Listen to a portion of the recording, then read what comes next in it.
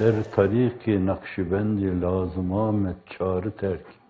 Çahar demek, Farsça 4 demek. Terki dünya, bir dünyayı terk etmek. Dünya ve mafiha. Dünya ve mafihayı bilen arif değil. Arif oldur, bilmeye dünya ve mafiha nedir? O kadar onun nazarındaki o dünya ve mafihada içindekiler, hezafiri, şatafatı, ihtişamı, göz kamaştırıcı yanları boş ver. Bir böyle dünyayı terk etmek, Hazreti Pir'in verdiği ölçüyle noktalayacak olursak, şu hususlardan dolayı dünyayı kesben değil, kalben terk etmek lazımdır. Umurunda değil, bütün dünya kendisinin olsa, katiyen küstahlığa, şımarıklığa, zihni, fikri, ruhi zehirlenmeye düşmez. Ha var, ha yok. Bütün dünya elinden gitse, Eyüp vari yiğitçe, Elhamdülillahillezî ahatan sümme akade.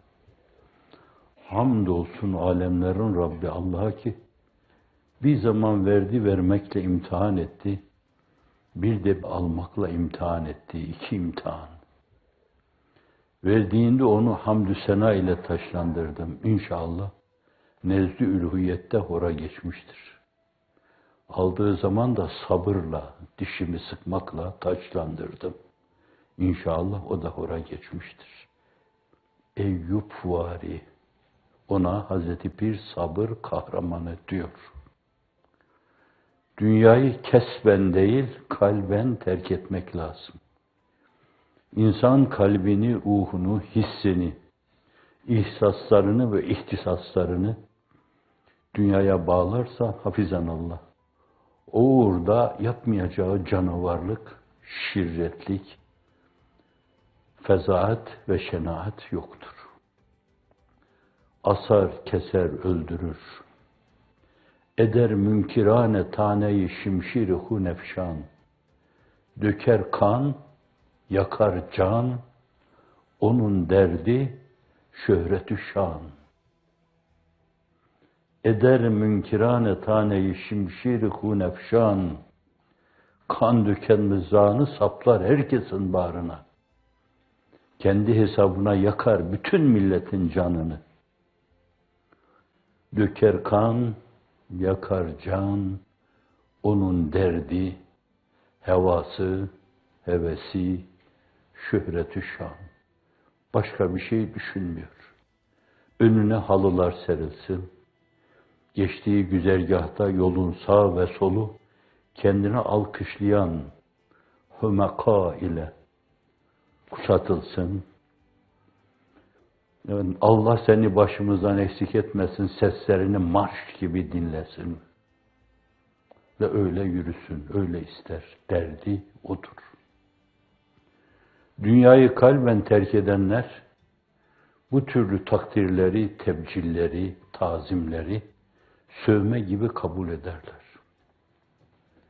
Hz. Mesih'e ait amelde ihlaslı olma, övülmeyi, manasını söylüyorum, sövülme gibi kabul etmeye bağlıdır. Takdiri, alkışı, sövülme gibi kabul etmeye bağlıdır. Kendine karşı olan beğenileri, takdirleri, kendi ruh dünyasında rahatsızlık vesilesi saymaktır. İşte çağın önemli, mümtaz simasının sözü. Ben beni beğenmiyorum, beni beğenenleri de beğenmiyorum. Evet. Böyle bir terki dünya. Fakat çok zor olduğundan dolayı bu enaniyet asrında, bencillik, egoizmi asrında böylesine kalben, hissen, fikren, ruhen dünyaya sırtını dönme, olsa da olur, olmasa da olur. Bir dikili taşım olmuş, ne ifade eder, olmamış, ne ifade eder mülazası, her baba yiğidin kârı olmadığından dolayı Hazreti Pir değiştiriyor malum. terk-ü ukba, yaptığı ibadetü taatı, cennet, havuzlar, kevserler, akan ırmaklar filan, onlara bağlı yapmak. Onu da terk etmek gönülden. Terk edilecek şeyleri terk etmezseniz şayet, elde etmek istediğiniz şeyleri elde edemezsiniz. Tutmak istediğiniz, tutunmak istediğiniz şeyleri tutamaz ve tutunamazsınız. Terk-i dünya, terk-i ukba. Nedir esas hedef? El-ihlas ve rıdak ve halisel aşk ve iştiyak. Menkıbe İbrahim Ethem Hazretleri tacını, tahtını terk etmiş.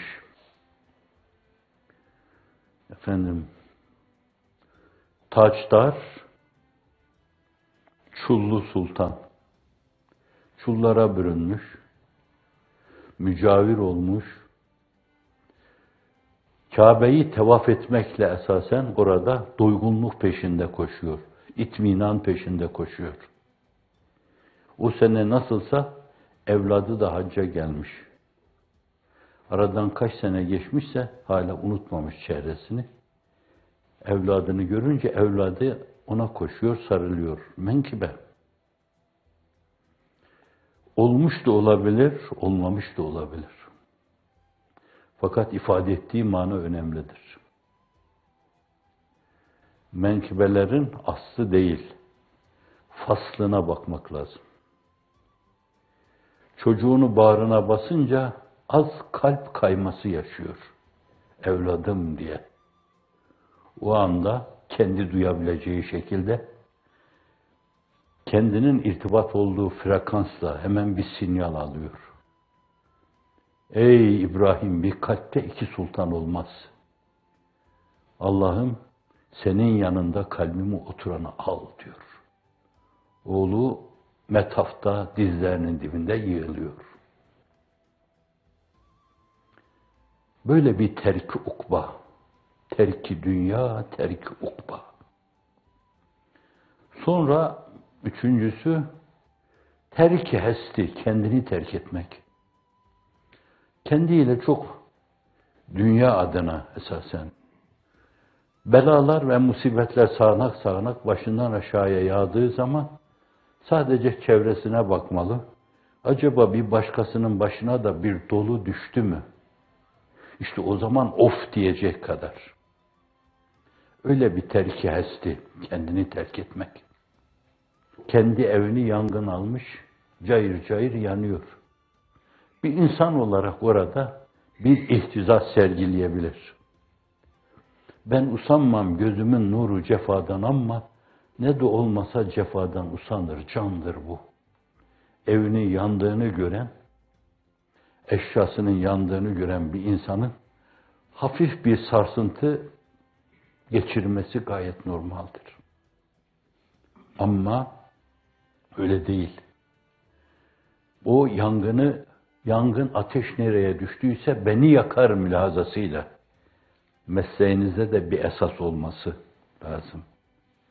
Ateş düştüğü yeri yakar bencilce bir mülahaza. Ateş nereye düştüyse beni yakar. Falanın evine, filanın devletine, falanın saltanatına hepsi benim bağrıma düşmüş gibi beni yakar. Öylesine kendinden sıyrılma. Öylesine başkalaşma, umumileşme. Öylesine umumun canı olma. Umumun sinir sistemi olma.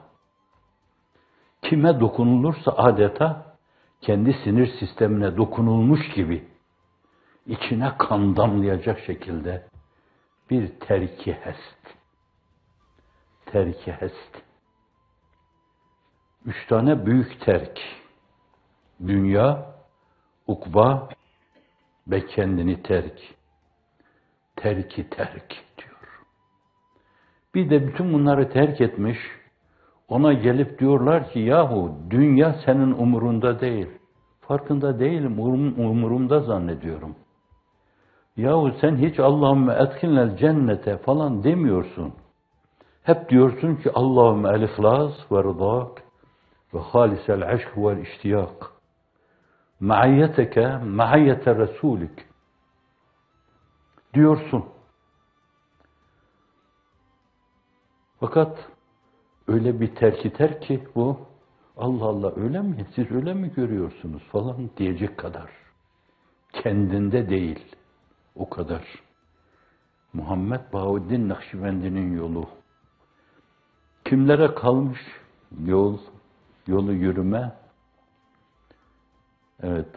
Hazreti Pir'inin nasıl ızdırap içinde olduğunu anlayabilirsiniz. Ben nasıl bir yol bıraktım arkada? Kimlere kaldı? O mübarek yol, güzergah, şehra. Şimdi kimlerin ümidine metruk. Evet. Terki terk. Öyle bir terk edecek ki ona dünyayı, ukbayı, aynı zamanda cennet arzusunu terk ettiğini hatırlattıklarınız zaman hatırlamayacak onları.